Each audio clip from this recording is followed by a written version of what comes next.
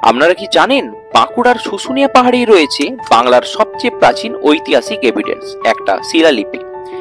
সেখানে যেতে হলে প্রথমে আসতে হবে শুশুনিয়া পাহাড়ের বিপরীত প্রান্তে পাহাড়ের ঢালে। সেখান থেকে একটা রুদ্ধশ্বাস ট্রেক করে উঠতে হবে পাহাড়ের উপর কিছুটা পথ।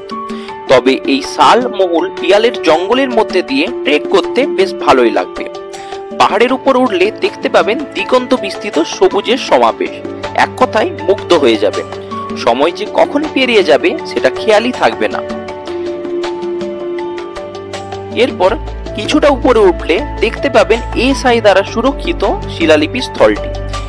এখানেও কিছুটা পাহাড়ের উপর উঠতে হবে, তবেই পৌঁছাতে পারবেন গন্তব্য জায়গাটিতে। ব্রাহ্মী লিপির একটি শৈলী শঙ্খলিপি, তাতেই খোদিত এই শিলালিপি।